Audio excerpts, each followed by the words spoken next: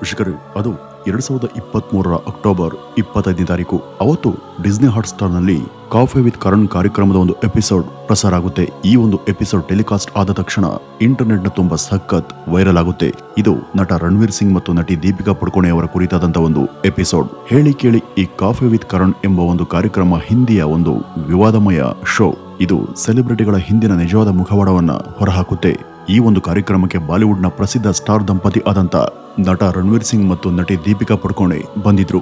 ಅಲ್ಲಿ ಅವರ ನಡುವೆ ನಡೆದಂತ ಮಾತುಕತೆಗಳನ್ನ ಕೇಳದಂತ ಜನಕ್ಕೆ ನಾವು ಕೇಳ್ತಿರೋದು ಮತ್ತು ನೋಡ್ತಿರೋದು ನಿಜಾನ ಅಥವಾ ಭ್ರಮೇನ ಅನ್ಸೋದಕ್ಕೆ ಶುರುವಾಗಿತ್ತು.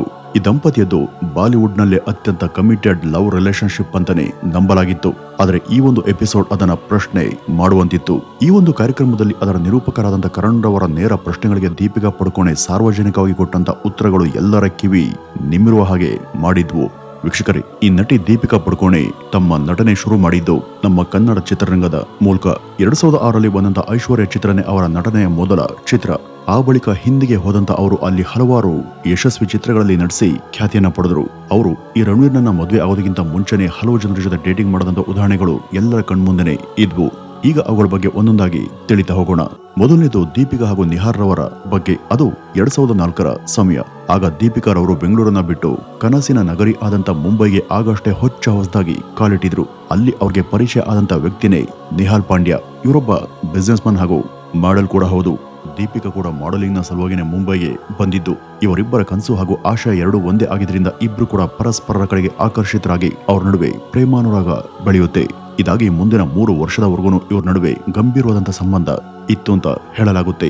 3 ವರ್ಷದ ನಂತರ ಅವ್ರಿಗೆ ಕನ್ನಡ ಸಿನಿಮಾದಲ್ಲಿ ನಟಿಸೋದಕ್ಕೆ ಅವಕಾಶ ಸಿಕ್ಕದ ನಂತರ ಹಿಂದಿಯಲ್ಲಿ ಅವ್ರಿಗೆ ಒಂದು ದೊಡ್ಡ ಬ್ರೇಕ್ ಸಿಗುತ್ತೆ. 2007ರಲ್ಲಿ ಅವರ ನಟನೆಯ ಓಂ ಶಾಂತಿ ಓಂ ಚಿತ್ರ ತೆರೆ ಕಾಣ್ತು. ಆಗ ಅದು ಭರ್ಜರಿ ಯಶಸ್ಸನ್ನ ಸಾಧಿಸಿತ್ತು. ಇನ್ನು ತನ್ನ ಕರಿಯರ್ ಬಾಲಿವುಡ್ ನಲ್ಲೇ ಫಿಕ್ಸ್ ಅಂತ ಡಿಸೈಡ್ ಮಾಡದಂತ ದೀಪಿಕಾ ಅದೇ ವರ್ಷ ನಿಹಾರ್ ಜೊತೆ ಬ್ರೇಕಪ್ ಅನ್ನ ಮಾಡ್ಕೊಳ್ತಾರೆ. ಮತ್ತೆ ತಮ್ಮ ಕರಿಯರ್ ಕಡೆ ನಿಗಾ ವಹಿಸೋದಕ್ಕೆ ಶುರು ಮಾಡ್ತಾರೆ. ಇನ್ನು ಎರಡನೇದು ದೀಪಿಕಾ ಹಾಗೂ ಕ್ರಿಕೆಟರ್ MS ಧೋನಿ ಅವರ ರಿಲೇಶನ್ಶಿಪ್ ಬಗ್ಗೆ. 2007ರ ನಂತರ ಮುಂದೆ ಕೆಲ ಸಮಯದವರೆಗೂ ದೀಪಿಕಾ ಹಾಗೂ ಧೋನಿ ಅವರ ನಡುವೆ ಸಂಬಂಧದ ಕುರಿತಾದಂತಹ ಸುದ್ದಿಗಳು ಹರಿದಾಡ್ತಾ ಇದ್ವು. ಮೇಲಾಗಿ ಧೋನಿ ಅವರು ಆ ಒಂದು ಸಮಯದಲ್ಲಿ ಒಮ್ಮೆ ತನಗೆ ದೀಪಿಕಾ ಅವರ ಮೇಲೆ ಕ್ರಶ್ ಆಗಿದೆ ಅಂತ ಕೂಡ ಸಾರ್ವಜನಿಕವಾಗಿನೇ ಕನ್ಫೆಸ್ ಮಾಡ್ಕೊಂಡಿದ್ರು. ಆದ್ರೆ ಇವರಿಬ್ಬರಲ್ಲಿ ಯಾರು ಕೂಡ ಅಧಿಕೃತವಾಗಿ ತಾವು ಪರಸ್ಪರ ರಿಲೇಶನ್ಶಿಪ್ ನಲ್ಲಿ ಇದ್ದೀವಿ ಅಂತ ಕನ್ಫರ್ಮ್ ಅನ್ನ ಮಾಡಲಿಲ್ಲ. ಆದ್ರೆ ಆಗ ಅನೇಕ ನ್ಯೂಸ್ ನ ವರದಿಗಳು ಮತ್ತು ಸುದ್ದಿಗಳೆಲ್ಲ ಇವರಿಬ್ರು ಬಹಳ ಕಾಲದವರೆಗೂ ಡೇಟಿಂಗ್ ಮಾಡ್ತಿದ್ದಾರೆ ಅನ್ನುವಂತ ಅರ್ಥ ಬರುವಂತೆ ಪ್ರಕಟ ಮಾಡಿದ್ವು. ಕೆಲ ವರದಿಗಳಂತೂ ಇವರು ಪರಸ್ಪರ ನಿಶ್ಚಿತಾರ್ಥಕ್ಕೂ ಕೂಡ ರೆಡಿ ಆಗ್ತಿದ್ದಾರೆ ಅಂತ ಬರೆಯಲಾಗಿತ್ತು. ಆದ್ರೆ ಇದೆಷ್ಟರ ಮಟ್ಟಿಗೆ ನಿಜ ಅನ್ನೋದು ಯಾರಿಗೂ ಗೊತ್ತಿಲ್ಲ. ಈ ಒಂದು ವಿಷಯದ ವದಂತಿ ಇನ್ನೂ ಕೂಡ ಹಸಿಯಾಗಿದ್ದಾಗಲೇ ಅಲ್ಲಿ ಅಚಾನಕ್ ಆಗಿ ಇನ್ನೊಬ್ಬ ವ್ಯಕ್ತಿ ಕಾಣಿಸ್ಕೊಳ್ತಾನೆ. ಅವರೇ ಯುವರಾಜ್ ಸಿಂಗ್. ನಂತರ ಧೋನಿ ಅವರ ಜೊತೆ ಸುದ್ದಿಗಳು ಕಡಿಮೆ ಆಗ್ತಿದ್ದ ಹಾಗೇನೆ ದೀಪಿಕಾ ಅವರ ಹೆಸರು ಯುವರಾಜ್ ಸಿಂಗ್ ಜೊತೆ ಕೇಳೋದಕ್ಕೆ ಶುರುವಾಗುತ್ತೆ. ಆಗ ಈ ಧೋನಿ ತಕ್ಷಣ ದೀಪಿಕಾ ಅವರಿಂದ ತಾವಾಗೆ ದೂರ ಆಗ್ತಾರೆ. ದೀಪಿಕಾ ಅವರಿಂದ ದೂರ ಸರದಂತ ಧೋನಿ ತಮ್ಮ ಸ್ನೇಹಿತರ ಮೇಲೆ ಹೆಚ್ಚು ಗಮನ ಕೊಡೋದಕ್ಕೆ ಮುಂದಾಗ್ತಾರೆ. ಆರಂಭದಲ್ಲಿ ದೀಪಿಕಾ ಹಾಗೂ ಯುವರಾಜ್ ಸಿಂಗ್ ಉತ್ತಮ ಸ್ನೇಹಿತರು ಮಾತ್ರ ಆಗಿದ್ರು. ಆದ್ರೆ ಆ ಒಂದು ಸ್ನೇಹ ನಿಧಾನವಾಗಿ ಪ್ರೇಮದ ಸ್ವರೂಪವನ್ನ ಪಡೀತಾ ಹೋಯಿತು.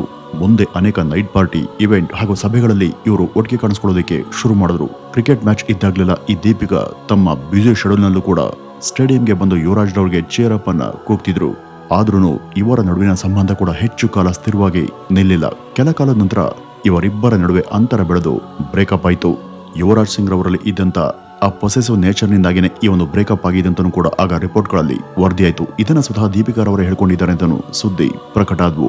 ಅದಲ್ಲದೆ ಯುವರಾಜ್ ಅನಗತ್ಯವಾಗಿ ದೀಪಿಕಾ ಅವರ ಕೆಲಸಗಳಲ್ಲೂ ಕೂಡ ಮೂಗನ್ನ ತೋರಿಸ್ತಿದ್ರು ಹಾಗೂ ಇದು ಅವರ ಸಂಬಂಧ ಕೆಡೋದಕ್ಕೆ ಕಾರಣ ಅಂತ ದೀಪಿಕಾ ಕೆಲವು ಕಡೆ ಹೇಳ್ಕೊಂಡಿದ್ದಾರೆ ಅಂತನೂ ಕೂಡ ಸುದ್ದಿ ಪ್ರಕಟ ಆದ್ವು. ಆದ್ರೆ ಯುವರಾಜ್ ರವರ ಕತೆ ಹಾಗೂ ಅವ್ರು ಕೊಟ್ಟಂತ ಕಾರಣ ಇದಕ್ಕೆ ಬೇರೆನೇ ಇತ್ತು. ಬ್ರೇಕಪ್ ಆಗಿದ್ದು ನಟ ರಣಬೀರ್ ಅವರ ಸಲುವಾಗಿ. ನಟ ರಣಬೀರ್ ಕಪೂರ್ ಅವ್ರಿಗಾಗಿನ ದೀಪಿಕಾ ತನ್ನನ್ನ ದೂರ ಇಟ್ಟುವಂತ ಯುವರಾಜ್ ಮೀಡಿಯಾಗೆ ತಿಳಿಸಿದ್ರು.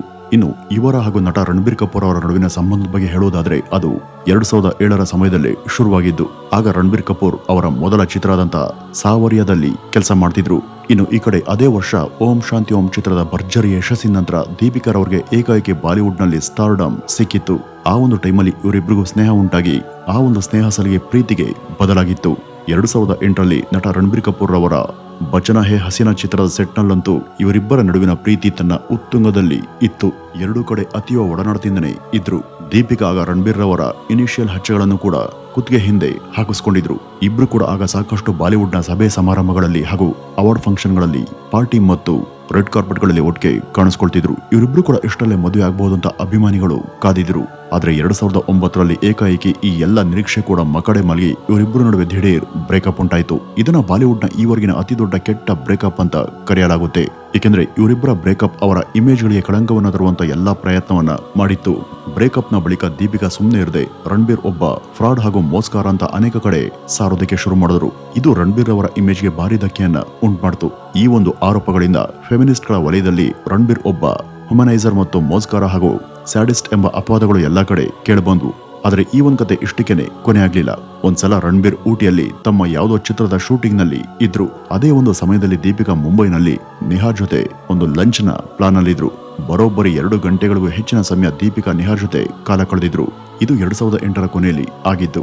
ಈ ಒಂದು ವಿಷಯ ರಣಬೀರ್ಗೆ ಗೊತ್ತಾದಾಗ ಸಹಜವಾಗಿ ಅವರ ಸಹನೆ ಕಟ್ಟೆ ಹೊಡೆದಿತ್ತು. ಸುದ್ದಿ ಗೊತ್ತಾದ ತಕ್ಷಣ ಅಲ್ಲಿಗೆ ಬಂದಂತ ರಣಬೀರ್ ದೀಪಿಕಾ ಹಾಗೂ ನಿಹಾರ್ ಇಬ್ಬರನ್ನು ಕೂಡ ಒಟ್ಟಿಗೆ ನೋಡಿದ್ರು ಹಾಗೂ ಕೋಪದಿಂದ ಬಂದು ಅಲ್ಲಿದ್ದಂತ ನಿಹಾರ್ಗೆ ಎಲ್ಲರೂ ಮುಂದೆನೆ ಜೋರಾಗಿ ಪಂಚ್ ಮಾಡಿ ಹೊಡೆದಿದ್ರಂತೆ. ಈ ರೀತಿ ನಿಹಾರ್ ಹಾಗೂ ರಣಬೀರ್ ಇವರಿಬ್ಬರ ನಡುವೆ ಅಲ್ಲಿ ಜಗಳ ನಡೆದಾಗ ಮಧ್ಯಪ್ರವೇಶ ಮಾಡದಂತ ದೀಪಿಕಾ ಇವರಿಬ್ಬರನ್ನು ಕೂಡ ಸುಮ್ಮನಿರಿಸಿ ಸ್ಥಿತಿಯನ್ನ ತನ್ನ ಕಂಟ್ರೋಲ್ಗೆ ತಗೊಂಡು ಸನ್ನಿವೇಶವನ್ನ ತಕ್ಕ ಮಟ್ಟಿಗೆ ಹ್ಯಾಂಡಲ್ ಮಾಡ್ತಾರೆ. ಆದ್ರೂ ಕೂಡ ಆ ಹೊತ್ತಿಗಾಗಲೇ ರಣಬೀರ್ ರವರ ಹೃದಯಕ್ಕೆ ತೀವ್ರವಾದಂತ ಘಾಸಿ ಆಗಿತ್ತು. ಈ ನಿಹಾರ್ಗೆ ಇನ್ನೂ ಕೂಡ ದೀಪಿಕಾ ಮೇಲಿನ ಆಸಕ್ತಿ ಸ್ವಲ್ಪ ಕೂಡ ಕಮ್ಮಿಯಾದಂತೆ ಇಲ್ಲ ಅಂತ ಅಲ್ಲಿ ಗೊತ್ತಾಗಿತ್ತು. ಯುವರಾಜ್ ಸಿಂಗ್ ತರಹನೇ ರಣಬೀರ್ ಕೂಡ ಪ್ರೀತಿ ಮತ್ತು ಪ್ರೇಮ ಹಾಗೂ ಸಂಗಾತಿಯ ವಿಷಯದಲ್ಲಿ ತುಸು ಹೆಚ್ಚೆ ಪೊಸೆಸಿವ್ ಅನ್ನುವಂತ ವ್ಯಕ್ತಿ. ಇಲ್ಲಿ ರಣಬೀರ್ ರವರ ಪರಿಸ್ಥಿತಿ ಹಾಗೂ ಮನಸ್ಥಿತಿಯನ್ನು ನಾವೆಲ್ಲ ಸುಲಭವಾಗಿ ಅಂದಾಜ್ ಮಾಡಬಹುದು. ಏಕೆಂದ್ರೆ ಅವ್ರ ಜಾಗದಲ್ಲಿ ಬೇರೆ ಯಾರೇ ಇದ್ದಿದ್ರು ಕೂಡ ಇದೇ ಫೀಲ್ ಮಾಡ್ತಿದ್ರು. ತನ್ನ ಪ್ರೇಯಸಿ ತನ್ನ ಮಾಜಿ ಗೆಳೆಯನ ಜೊತೆ ಲಂಚ್ ಅಥವಾ ಬೇರೆ ಯಾವುದೋ ಕಾರಣಕ್ಕಾಗಿ ಮೀಟ್ ಆಗೋದನ್ನ ರಣಬೀರ್ ಅಷ್ಟೇ ಅಲ್ಲ, ಆ ಜಾಗದಲ್ಲಿ ಬೇರೆ ಯಾರೇ ಇದ್ರೂ ಕೂಡ ಸಹಿಸಲ್ಲ. ಈ ರೀತಿ 2009ರಲ್ಲಿ ಇವರಿಬ್ಬರ ನಡುವೆ ಬ್ರೇಕಪ್ ಆಗುತ್ತೆ. ಆದ್ರೆ ಬ್ರೇಕಪ್ ಆದ ನಂತರ ದೀಪಿಕಾ ಮೀಡಿಯಾ ಮುಂದೆ ಹಲವಾರು ವಿಷಯಗಳನ್ನ ಬಿಚ್ಚಿಟ್ಟಿದ್ರು. ನಾನು ಒಂದು ರಿಲೇಶನ್ಶಿಪ್ ನಲ್ಲಿ ಇದ್ದೀನಿ ಹಾಗೂ ಅದನ್ನ ಗಂಭೀರವಾಗಿ ತಗೊಂಡಿದ್ದೀನಿ ಅಂದ್ರೆ ಅಲ್ಲಿ ಯಾವ ಕಾರಣಕ್ಕೂ ನಾನು ಸಂಗಾತಿಗೆ ಮೋಸ ಮಾಡಲ್ಲ. ಆದ್ರೆ ಈ ರಣಬೀರ್ ಪ್ರತಿ ಸಲ ನನಗೆ ಮೋಸ ಮಾಡೋದಕ್ಕೆ ಟ್ರೈ ಮಾಡ್ದ. ಆದರೆ ಪ್ರತಿ ಸಲ ಇದೇ ರೀತಿ ಆಗ್ತಾ ಇದ್ದಾಗ ಅಂತವ್ರಿಗೆ 2ನೇ ಚಾನ್ಸ್ ಅನ್ನ ಕೊಡಬಾರದು. ಹಾಗೆ ಕೊಡುವಷ್ಟು ದಡ್ಡಿ ಕೂಡ ನಾನು ಅಲ್ಲ. ಹಾಗೇನಾದ್ರೂ ಮಾಡಿದ್ರೆ ಪದೇ ಪದೇ ಚೀಟಿಂಗ್ ಆಗೋದಕ್ಕೆ ನಾವೇ ಪರೋಕ್ಷವಾಗಿ ದಾರಿಯನ್ನ ಮಾಡ್ಕೊಡೋ ತರ ಆಗುತ್ತೆ. ಅವನು ಇರೋದೇ ಹಾಗೆ ಅಂತ ಅವನ ಸ್ನೇಹಿತರು ಮತ್ತು ಪರಿಚಯದವರು ಎಲ್ಲರೂ ಕೂಡ ನನಗೆ ಹೇಳ್ತಾನೆ ಇದ್ರು. ಹಾಗಾಗಿ ನಾನು ಅವನಿಂದ ದೂರ ಬಂದೆ. ಆರಂಭದಲ್ಲಿ ಇದು ನನಗೆ ಸ್ವಲ್ಪ ಕಷ್ಟ ಆಯ್ತು. ಆದ್ರೂ ಕೂಡ ಕ್ರಮೇಣ ನಾನು ಸುಧಾರಿಸಿಕೊಂಡೆ. ಟಾಕ್ಸಿಕ್ ಸಂಬಂಧದಲ್ಲಿ ಇರುವಂತ ಬದಲು ಸಿಂಗಲ್ ಆಗಿದ್ದು ಖುಷಿ ಪಡೋದು ಎಷ್ಟೋ ಲೇಸು. ರಣಬೀರ್ ಪದೇ ಪದೇ ನನ್ನ ಹತ್ರ ರಿಕ್ವೆಸ್ಟ್ ಮಾಡ್ಕೊಳ್ತಿದ್ದ. ನನಗೆ ಅದೊಂದು ರೀತಿ ಭಿಕ್ಷೆ ಬಿಡುವ ರೀತಿ ಕಾಣ್ತಿತ್ತು. ಅವನು ನನಗೆ ಮೋಸ ಮಾಡಿದರ ಬಗ್ಗೆ ನನ್ನ ಬಳಿ ಒಪ್ಕೊಂಡಿದ್ದ ಕೂಡ. ಈಗ ನಾನು ಅದನ್ನೆಲ್ಲ ದಾಟಿ ಸಾಕಷ್ಟು ಮುಂದೆ ಬಂದಿದ್ದೀನಿ. ಈಗ ಅದು ಮುಗಿದ ಅಧ್ಯಾಯ ಅಂತ ದೀಪಿಕಾ ಮೀಡಿಯಾಗೆ ಹೇಳಿದ್ರು. ಹಾಗೂ 2011ರಲ್ಲಿ ಈ ರಣಬೀರ್ ಕೂಡ ಒಂದು ಇಂಟರ್ವ್ಯೂನಲ್ಲಿ ಹೌದು ನಾನೇ ಅವಳಿಗೆ ಮೋಸ ಮಾಡಿದೆ ಅಂತ ತಾನು ಒಪ್ಕೊಂಡಿದ್ರು. ಅದು ನನ್ನಲ್ಲಿ ಇದ್ದಂತ ಇಮ್ಮೆಚುರಿಟಿ ಹಾಗೂ ಅಪ್ರಬುದ್ಧತೆಯಿಂದ ಆಗಿದ್ದು. ಆದರೆ ಅದರಿಂದ ಈಗ ನಾನು ಸಾಕಷ್ಟು ಕಲ್ತಿದ್ದೀನಿ. ಇವತ್ತು ಅಂತ ವಿಷಯಗಳಲ್ಲಿ ನಾನೊಬ್ಬ ಪ್ರಬುದ್ಧ ವ್ಯಕ್ತಿ. ಇನ್ಮುಂದೆ ನನ್ನಿಂದ ಅಂತ ಯಾವುದೇ ತಪ್ಪುಗಳು ಆಗಲ್ಲ ಅಂತ ಮುಕ್ತವಾಗಿನೇ ಹೇಳ್ಕೊಂಡಿದ್ರು. ಒಟ್ನಲ್ಲಿ ಈ ರಣಬೀರ್ ಮಾಡಿದ್ದು ಸರಿನಾ ತಪ್ಪ ಗೊತ್ತಿಲ್ವಾದ್ರೂ ಅವರು ತಮ್ಮ ತಪ್ಪನ್ನ ಎಲ್ಲರ ಮುಂದೆ ಒಪ್ಕೊಳ್ಳುವಂತ ದೊಡ್ಡ ಗುಣವನ್ನ ಪ್ರದರ್ಶಿಸಿದ್ರು. ಆದ್ರೆ ಯಾವ ರಣಬೀರ್ ಅವರನ್ನ ತಾನು ತನ್ನ ಒನ್ ಸೈಡೆಡ್ ಕಥೆಯಿಂದ ವಿಲನ್ ಆಗಿ ಬಿಂಬಿಸಿದಂತ ಈ ದೀಪಿಕಾ ಬಗ್ಗೆ ಕೂಡ ನೀವು ತಿಳಿಯೋದು ಸಾಕಷ್ಟಿದೆ. ಅದನ್ನೆಲ್ಲ ಕೇಳ್ತಾ ಹೋದ್ರೆ ರಣಬೀರ್ ಇಲ್ಲಿ ನಿಜಕ್ಕೂ ವಂಚಕರ ಅಥವಾ ಅವರೇ ಸರಿನಾ ಎಂಬ ಪ್ರಶ್ನೆ ಹುಟ್ಕೊಳ್ಳುತ್ತೆ. ಅದು 2010ರ ಸಮಯ. ಆಗ ನಟ ಅರ್ಬಾಜ್ ಖಾನ್ ರವರ ಬರ್ತ್ಡೇ ಪಾರ್ಟಿ ನಡೀತಿತ್ತು. ಆ ಒಂದು ಹುಟ್ಟು ಹಬ್ಬದ ಸಭೆಗೆ ಎಲ್ಲರ ಜೊತೆ ದೀಪಿಕಾ ಹಾಗೂ ಸಿದ್ಧಾರ್ಥ್ ಮಲ್ಯ ಒಟ್ಟಿಗೆ ಬಂದಿದ್ರು. ಮತ್ತೆ ಆ ಒಂದು ಸಭೆಯ ಉದ್ದಕ್ಕೂ ಕೂಡ ಅವರಿಬ್ರು ತುಂಬಾ ಕ್ಲೋಸ್ ಇರ್ತಾರೆ. ಈ ಮೂಲಕ ಇವರಿಬ್ರು ಪರಸ್ಪರ ಡೇಟಿಂಗ್ ಮಾಡ್ತಿರಬಹುದು ಅಂತ ಸುದ್ದಿಗಳು ಹರಡ್ತವೆ. ಇದಾದ ನಂತರ RCB ಟೀಮ್ಗೆ ಸಪೋರ್ಟ್ ಮಾಡೋದಕ್ಕೆ IPL ನಲ್ಲೂ ಕೂಡ ದೀಪಿಕಾ RCB ಟಿ ಶರ್ಟ್ ಧರಿಸಿ ಸ್ಟೇಡಿಯಂಗೆ ಬರೋದಕ್ಕೆ ಶುರು ಮಾಡಿದ್ರು. ಆಗ RCB ತಂಡಕ್ಕೆ ಸಿದ್ಧಾರ್ಥ್ ಮಲ್ಯ ಚೇರ್ಮನ್ ಆಗಿದ್ರು. ಪಂದ್ಯ ನಡೆಯುವಾಗಲೆಲ್ಲ ಸಿದ್ಧಾರ್ಥ್ ಹಾಗೂ ದೀಪಿಕಾ ಸದಾ ಒಟ್ಟಿಗೆ ಹಲವು ಸಲ ಕಾಣಿಸ್ಕೊಳ್ತಿದ್ರು. ಇಂಟರ್ ನ್ಯಾಷನಲ್ ಫಿಲಿಂ ಫೆಸ್ಟಿವಲ್ ನಿಂದ ಹಿಡಿದು ಪ್ರೈವೇಟ್ ಯಾಚ್ ಪಾರ್ಟಿವರೆಗೂ ಸಿದ್ಧಾರ್ಥ್ ಹಾಗೂ ದೀಪಿಕಾ ಕಾಣಿಸ್ಕೊಳ್ಳದಂತ ಸ್ಥಳವೇ ಇರಲಿಲ್ಲ ಅಂತ ಹೇಳಬಹುದು. ಇದಾದ್ಮೇಲೆ 2011ರ ವರ್ಷ ಬರುತ್ತೆ. ಆ ವರ್ಷದ IPL ಪಂದ್ಯದಲ್ಲಿ KKR ಹಾಗೂ RCB ಟೀಮ್ಗಳ ನಡುವೆ ಹಣಾಹಣಿ ನಡೆದಿತ್ತು. RCB ಪಂದ್ಯವನ್ನ ಗೆಲ್ಲೋದಕ್ಕೆ 12 ಬಾಲ್ಗೆ ಕೇವಲ 1 ರನ್ ಬೇಕಿತ್ತು. ಆಗ ಕ್ರಿಸ್ ಗೇಲ್ ಆಡ್ತಿದ್ರು ಹಾಗೂ ಅವರು ಒಂದೇ ಬಾಲ್ಗೆ ಭರ್ಜರಿ 4 ಅನ್ನ ಬಾರಿಸಿ ತಂಡಕ್ಕೆ ಗೆಲುವನ್ನ ತಂದ್ಕೊಟ್ರು. ಇದೇ ಒಂದು ಗೆಲುವಿನ ಸಮಯದಲ್ಲಿ ಕ್ಯಾಮರಾಮ್ಯಾನ್ ಒಂದು ಅಪರೂಪದ ಕ್ಷಣವನ್ನ ಸೆರೆ ಹಿಡಿದಿದ್ದ. ಆ ಗೆಲುವಿನ ಸಂಭ್ರಮಾಚರಣೆ ವೇಳೆ ಸಿದ್ಧಾರ್ಥ್ನ ದೀಪಿಕಾ ತಬ್ಬಿ ಹಿಡಿದಿದ್ರು ಹಾಗೂ ಸಿದ್ಧಾರ್ಥ್ ದೀಪಿಕಾಗೆ ಮುತ್ತನ್ನ ಕೊಡ್ತಾ ಇದ್ದಂತ ದೃಶ್ಯ ಹಾಗೂ ಫೋಟೋಗಳು ತಕ್ಷಣ ಎಲ್ಲ ಕಡೆ ಮಾಧ್ಯಮ ಮತ್ತು ಪತ್ರಿಕೆಗಳಲ್ಲಿ ರಾರಾಜಿಸಿದ್ವು. ಈ ಮೂಲಕ ಇವರಿಬ್ರು ಡೇಟಿಂಗ್ ಮಾಡ್ತಿದ್ದಾರೆ ಅಂತ ಎಲ್ಲಾ ಮಾಧ್ಯಮಗಳಲ್ಲೂ ಕೂಡ ವರದಿಯಾಯಿತು. ಇದಾದ ನಂತರ ಮಾರನೇ ವರ್ಷ ಅಂದ್ರೆ 2012ರಲ್ಲೂ ಕೂಡ ದೀಪಿಕಾ ಸಿಮಿ ಅಗರ್ವಾಲ್ ರವರ ಒಂದು ಶೋಗೆ ಬಂದಿದ್ರು. ಆಗ ಸಿದ್ಧಾರ್ಥ್ ಮಲ್ಯ ಬಗ್ಗೆ ಕೇಳದಂತ ಪ್ರಶ್ನೆಗೆ ಈ ದೀಪಿಕಾ ಕೊಟ್ಟಂತ ಉತ್ತರ ಈ ರೀತಿ ಇತ್ತು. ಇದು 2012ರ ಅಕ್ಟೋಬರ್ನಲ್ಲಿ ಏರ್ ಆದಂತ ಶೋ. ಇನ್ನು ಹೆಚ್ಚು ಕಡಿಮೆ ಇದೇ ಒಂದು ಸಮಯದಲ್ಲಿ ಇವರ ಒಂದು ವಿವಾದಮಯ ಜಾಹೀರಾತೊಂದು ಪ್ರಸಾರ ಆಗಿ ಎಲ್ಲಾ ಕಡೆ ಚರ್ಚೆಗೆ ಗ್ರಾಸವಾಗಿತ್ತು. ಆದರೆ ಇಂಥದ್ದೇ ಒಂದು ವಿಷಯವನ್ನು ಆಗ ಯಾವುದೇ ನಟ ಅಥವಾ ಹೀರೋ ಪ್ರಚಾರ ಮಾಡಿದ್ರೆ ರಣಬೀರ್ಗೆ ಸಿಕ್ಕಂತ ಅಪವಾದಗಳೇ ಆ ನಟನ್ಗೂ ಸಿಕ್ತಿದ್ವು. ರಣಬೀರ್ ತನ್ನ ತಪ್ಪನ್ನ ಮುಚ್ಚಿಡದ ಎಲ್ಲರ ಎದುರು ಒಪ್ಕೊಂಡ್ರು ಕೂಡ ಅವರು ಸೊಸೈಟಿಯ ದೃಷ್ಟಿಯಲ್ಲಿ ಹಾಗೂ ಕೆಲ ಮಹಿಳೆಯರ ದೃಷ್ಟಿಯಲ್ಲಿ ಒಬ್ಬ ಮೋಸ್ಕಾರ. ಇನ್ನು ಈ ದೀಪಿಕಾರವರ ಕಾಂಟ್ರವರ್ಸಿಗಳು ಇಷ್ಟಕ್ಕೇನೆ ನಿಲ್ಲಿಲ್ಲ. ಮುಂದೆ ನಿರ್ದೇಶಕ ಸಂದೀಪ್ ರೆಡ್ಡಿ ವಂಗರ್ ಅವ್ರ ಜೊತೆ ಅವರು ಒಂದು ವಿವಾದವನ್ನ ಮಾಡ್ಕೊಳ್ತಾರೆ. ಈ ಸಂದೀಪ್ ರವರು ಕೆಲ ವರ್ಷಗಳ ಕೆಳಗೆ ಹೀರೋ ಪ್ರಭಾಸ್ಗೆ ಎದುರಾಗಿ ದೀಪಿಕಾಗೆ ಒಂದು ಚಾನ್ಸ್ ಅನ್ನ ಕೊಟ್ಟು ಒಂದು ಕಥೆಯನ್ನ ರೆಡಿ ಮಾಡಿದ್ರು. ಅದರ ಕಥೆಯನ್ನ ಹೇಳುವಾಗ ದೀಪಿಕಾರವರ ಒಂದೊಂದು ಡಿಮ್ಯಾಂಡ್ ಅನ್ನ ಕೇಳಿ ಈ ಸಂದೀಪ್ ರವರು ಅದರಿಂದ ಈ ದೀಪಿಕಾರನ್ನ ಹೊರಗಿಟ್ಟಿದ್ರು. ಅವರ ಡಿಮ್ಯಾಂಡ್ಗಳು ಏನಪ್ಪಾ ಅಂದ್ರೆ ಅವರು 6 ರಿಂದ 8 ಗಂಟೆಗಳಿಗಿಂತನೂ ಕೂಡ ಹೆಚ್ಚು ಕಾಲ ಶೂಟಿಂಗ್ ನಲ್ಲಿ ಭಾಗಿಯಾಗೋದಿಕ್ಕೆ ಸಾಧ್ಯ ಆಗೋದಿಲ್ಲ. ಇನ್ನು ಸಿನಿಮಾದಲ್ಲಿ ತನ್ನ ಪಾತ್ರಕ್ಕಾಗಿ ಅವರು ಚಾರ್ಜ್ ಮಾಡಿದಂತ ಹಣ 20 ರಿಂದ 24 ಕೋಟಿ ರೂಪಾಯಿಗಳು. ಇದರ ಜೊತೆಗೆ ಪ್ರಾಫಿಟ್ ನಲ್ಲೂ ಕೂಡ ಶೇರ್ ಇರುತ್ತೆ ಹಾಗೂ ಶೂಟಿಂಗ್ ನಿಗದಿತ ಸಮಯಕ್ಕಿಂತನೂ ಕೂಡ ಹೆಚ್ಚು ಕಾಲ ನಡೆದರೆ ಅದಕ್ಕೂ ಎಕ್ಸ್ಟ್ರಾ ಚಾರ್ಜಸ್ ಆಗುತ್ತೆ. ಮತ್ತೆ ತೆಲುಗು ಭಾಷೆಯಲ್ಲಿ ತಾನು ಡಬ್ ಮಾಡಲ್ಲ. ಇಷ್ಟೆಲ್ಲ ಸ್ಪೆಷಲ್ ಬೇಡಿಕೆಗಳನ್ನ ಕೇಳಿ ರೋಸಿ ಹೋದಂತ ಸಂದೀಪ್ ರವರು ತಮ್ಮ ಪ್ರಾಜೆಕ್ಟ್ ನಿಂದಲೇ ದೀಪಿಕಾರನ್ನ ತೆಗೆದುಹಾಕಿದ್ರು. ಇಲ್ಲೂ ಕೂಡ ಸುಮ್ಮನೆ ಇದ್ದಂತ ದೀಪಿಕಾ ಇಲ್ಲೂ ಕೂಡ ಗಂಡು ಹೆಣ್ಣಿನ ಭೇದ ಭಾವದ ಅದೇ ಹಳೆ ಅಪವಾದವನ್ನ ಮಾಡ್ತಾ ನಿರ್ದೇಶಕರನ್ನ ತಮ್ಮ ಫೆಮಿನಿಸಂ ಎಂಬ ಅಸ್ತ್ರದಿಂದ ದೂಷಿಸಲು ಮುಂದಾದ್ರು ಅಂತಾನೂ ಕೂಡ ಜನ ಮಾತನಾಡ್ಕೊಂಡ್ರು. ಹೀರೋಗಳಿಗಾದ್ರೆ ಹಿಂದೂ ಮುಂದೂ ಕೂಡ ಯೋಚನೆ ಮಾಡದೆ 100 ರಿಂದ 150 ಕೋಟಿ ರೂಪಾಯಿ ಸಂಭಾವನೆಯನ್ನ ಕೊಡ್ತಾರೆ. ನಮ್ಗೆ ಯಾಕೆ ಕೊಡಲ್ಲ ಅಂತ ದೀಪಿಕಾ ಕೇಳದಂತ ಈ ಒಂದು ವಾದಕ್ಕೆ ಕೆಲ ಫೆಮಿನಿಸ್ಟ್ಗಳು ಸಪೋರ್ಟ್ ಕೂಡ ಮಾಡಿದ್ರು. ನಟ ನಟಿಯರ ಸಂಭಾವನೆಯ ಅಂತರ ಅಥವಾ ವ್ಯತ್ಯಾಸ ಅವರು ಗಂಡು ಮತ್ತು ಹೆಣ್ಣು ಎಂಬ ಲಿಂಗಾನುಪಾತದ ಆಧಾರದಲ್ಲಿ ನಿಗದಿಯಾಗೋದಿಲ್ಲ. ಯಾವ ನಟ ಮತ್ತು ನಟಿಯಿಂದ ಸಿನಿಮಾ ಹಾಲ್ ಎಷ್ಟು ಕ್ರೌಡ್ ಆಗುತ್ತೆ ಎಂಬ ಕಾರಣದಿಂದ ಈ ಒಂದು ಸಂಭಾವನೆ ಫಿಕ್ಸ್ ಆಗುತ್ತೆ. ಈ ಬಾಲಿವುಡ್ ನಲ್ಲಿ ಯಾಕೆ ಹೀರೋಗಳಿಗೆ ಕೊಟ್ಟಷ್ಟು ಸಂಭಾವನೆಯನ್ನ ನಾಯಕಿಯರಿಗೆ ಕೊಡೋದಿಲ್ಲ ಅಂತ ಕೇಳದಂತ ಒಂದು ಪ್ರಶ್ನೆಗೆ ನಟ ಅಮೀರ್ ಖಾನ್ ಅತ್ಯಂತ ಸಮಂಜಸವಾದಂತ ಉತ್ತರವನ್ನ ಕೊಟ್ಟಿದ್ರು. ಸಿನಿಮಾದಲ್ಲಿ ಎಲ್ಲರೂ ಕೂಡ ಶ್ರಮ ವಹಿಸಿ ಕೆಲಸ ಮಾಡ್ತಾರೆ. ನಟ, ಲೈಟ್ ಬಾಯ್, ಕ್ಯಾಮರಾಮ್ಯಾನ್, ನಟಿ ಈ ರೀತಿ ಪ್ರತಿಯೊಬ್ಬರು ಕೂಡ ಕಷ್ಟಪಡ್ತಾರೆ.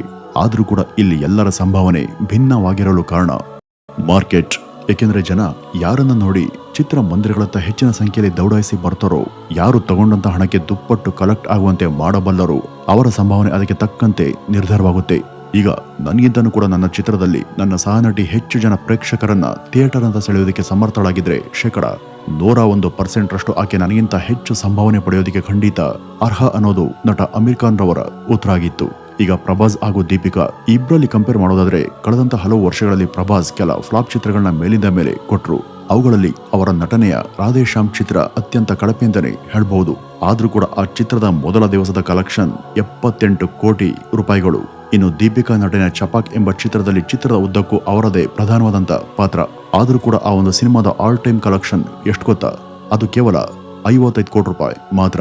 ಅಂದ್ರೆ ಪ್ರಭಾಸ್ ರವರ ದೊಡ್ಡ ಫ್ಲಾಪ್ ಚಿತ್ರದ ಒಂದು ದಿನದ ಕಲೆಕ್ಷನ್ ಚಪಾಕ್ ಚಿತ್ರದ ಒಟ್ಟಾರೆ ಕಲೆಕ್ಷನ್ ಗಿಂತನೂ ಕೂಡ ಹೆಚ್ಚು. ಇದೇ ಕಾರಣದಿಂದಾಗಿ ದೀಪಿಕಾ ಹಾಗೂ ಪ್ರಭಾಸ್ ಈ ಇಬ್ಬರ ಸಂಭಾವನೆ ರೇಂಜ್ ಅಷ್ಟು ಭಿನ್ನವಾಗಿರೋದು. ಇಲ್ಲೂ ಕೂಡ ಅವರು ಜೆಂಡರ್ ಡಿಸ್ಕ್ರಿಮಿನೇಷನ್ ಎಂಬ ತಮ್ಮ ಹಳೆಯ ಟ್ರಂಪ್ ಕಾರ್ಡ್ ಅನ್ನು ಬಳಸಿ ವಾದ ಮಾಡ್ತಾರೆ. ವೀಕ್ಷಕರೇ, ಪ್ರತಿ ನಾಣ್ಯಕ್ಕೂ ಕೂಡ 2 ಮುಖಗಳಿರ್ತವೆ. ಸೋಷಿಯಲ್ ಮೀಡಿಯಾದಲ್ಲಿ ಬರೋದೆಲ್ಲ ನಿಜ ಅಲ್ಲ. ಯಾವ್ದು ಸರಿ ಅಥವಾ ಯಾವ್ದು ತಪ್ಪು ಎಂಬ ಬೇಸಿಕ್ ಪ್ರಜ್ಞೆ ಮೊದಲು ನಮ್ಮಲ್ಲಿ ಇರಬೇಕು. ಇಲ್ಲಿ ದೀಪಿಕಾ ತಪ್ಪು ಅಥವಾ ರಣಬೀರ್ ಸರಿ ಅಂತ ಹೇಳ್ತಿಲ್ಲ. ಇಲ್ಲಿ ಪ್ರತಿಯೊಬ್ಬ ಮನುಷ್ಯ ಕೂಡ ತಮ್ಮ ಕಥೆಯನ್ನ ಅವರವರ ದೃಷ್ಟಿಕೋನದಲ್ಲಿ ಮಾತ್ರ ಹೇಳ್ತಾರೆ. ಆದರೆ ಸತ್ಯ ಯಾವುದು, ಸುಳ್ಳು ಯಾವುದು, ಯಾರು ತಪ್ಪು ಅಥವಾ ಯಾರು ಸರಿ ಅನ್ನೋದು ಅವರವರ ಆತ್ಮಸಾಕ್ಷಿಯೇ ಮಾತ್ರ ಚೆನ್ನಾಗಿ ಗೊತ್ತು ಅಂತ ಹೇಳ್ತಾ ಇವತ್ತಿನ ಈ ಒಂದು ವಿಡಿಯೋವನ್ನ ಇಲ್ಲಿಗೆ ಮುಗಿಸೋಣ. ನಮಸ್ಕಾರ.